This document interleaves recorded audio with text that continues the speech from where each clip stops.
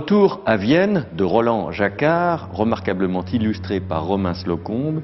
Et c'est un livre mince mais très dense qui paraît chez Léo Cher dans la collection dite Melville, comme Hermann Melville probablement. Alors vous êtes suisse, c'est dire que l'Autriche vous est d'une certaine manière voisine, hein, c'est des pays frontaliers, et vous êtes revenu dans une ville où vous étiez dans votre enfance avec vos parents, qui est Vienne. Et vous dites que, curieusement, le souvenir que vous en avez, c'est que c'est une ville pourrie dans laquelle vous, enfant, étouffez. Oui, il faut préciser que je suis né un peu par hasard, les hasards de la guerre en Suisse, à Lausanne, et ma mère est autrichienne. Et quand, à la fin de la Deuxième Guerre mondiale, elle est retournée en Autriche pour voir ce qu'il était advenu de sa famille, de ses amis, et mon père et moi, nous l'avons suivi. J'avais 6 ou 7 ans.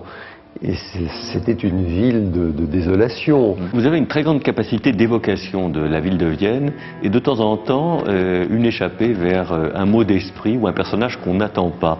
Et par exemple, ceci qui m'enchante, c'est une phrase du grand psychanalyste suisse-allemand d'ailleurs, Jung, et qui aurait dit ceci: « Donnez-moi un patient en bonne santé et je le guérirai ». Il y a beaucoup de petites histoires qui se déroulent dans le milieu analytique et ça se termine avec un mot qui est assez drôle de Thomas Bernhardt sur la psychanalyse comme mensonge, comme immense imposture, mais ajoute Thomas Bernhardt, tout est imposture dans la vie, donc que la psychanalyse soit un mensonge ou n'en soit pas, ça n'a aucune importance.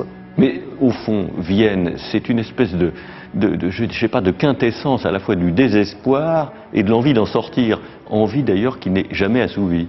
C'est un état d'esprit, une manière d'être au monde qui est assez particulière parce qu'elle est marquée par la mélancolie, elle est marquée par le désespoir, mais en même temps par une forme de cynisme, de gaieté, allègre, de folie, d'allégresse qui m'a beaucoup séduit.